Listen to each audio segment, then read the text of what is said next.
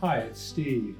Today we'd like to show you how to change the blower wheel on your downdraft range. It's a really easy repair. Let me show you how we do it. Now, depending on the style of appliance that you're working on, if it is a slide-in range, you can remove that lower access panel to gain access to the blower assembly. You may be able to remove the motor from that assembly while it is still attached to the floor. If not, you'll want to pull that range completely out of the way so that you can access this component. If it's a cooktop model that you're working on, you may be able to gain enough access underneath of it to get at these motor assembly so that we can detach it from the blower housing. And that's really all we need to do, is to take that whole motor assembly out of the housing, and then we can change the part. So if you're working on the appliance and need to remove it, you'll want to disconnect the power, and in this case your gas line as well. Now if it's a cooktop unit and it is gas and you decide that you need to remove it, again you would have to disconnect the gas and the power. Once we have access to the blower housing, we can then remove that motor and change it apart. Now, once we have access to the motor side of this blower housing, we next need to remove the 4 mounting nuts that secure that motor to the housing. In the case of the floor mount ones, the mounting bracket will come off at the same time.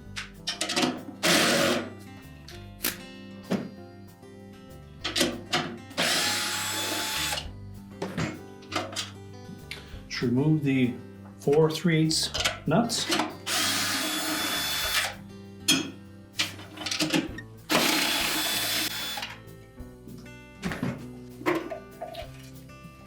If need be, pull that bracket aside and then carefully pull that whole motor assembly out of the blower housing.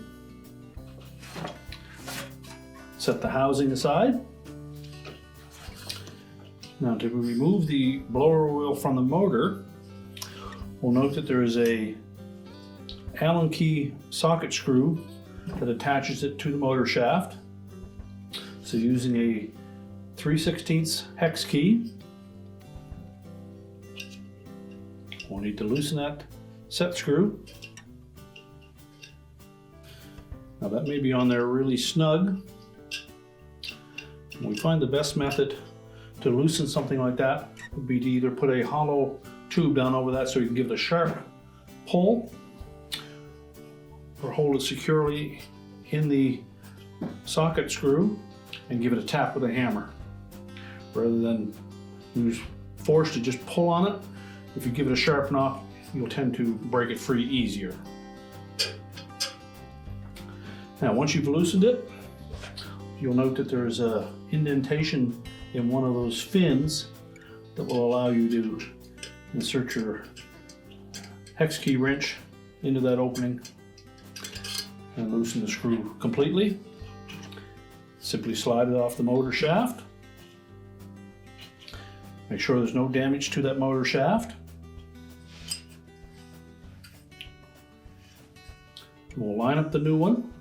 Make sure that we have the socket head screw lined up on the flat side of that shaft, and then we're going to insert it to the same distance that the previous one was. So either made a mark on that shaft or gauge the distance between the base of that blower wheel and the motor housing.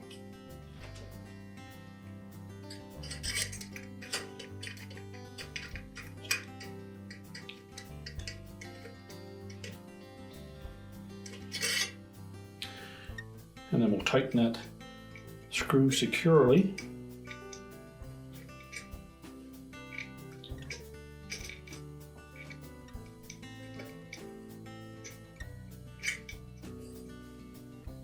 And we need to make sure that that set screw is tightened securely. So again, you may wish to take a small mallet and give that a sharp rap to tighten it.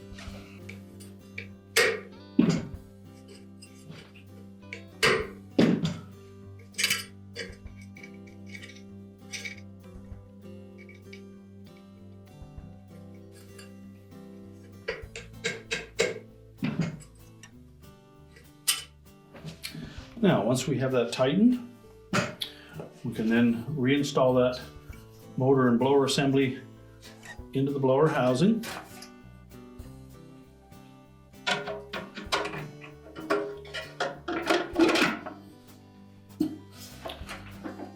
before we tighten that, if you wish, just reach inside the opening and spin that wheel to make sure that it's not touching anything.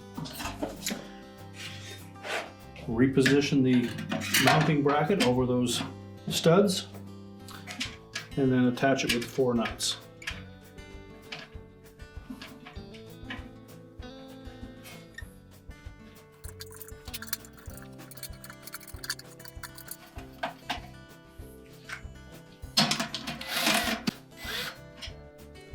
Now we won't tighten the 3 nuts to secure that mounting bracket until we have it parallel with the existing one.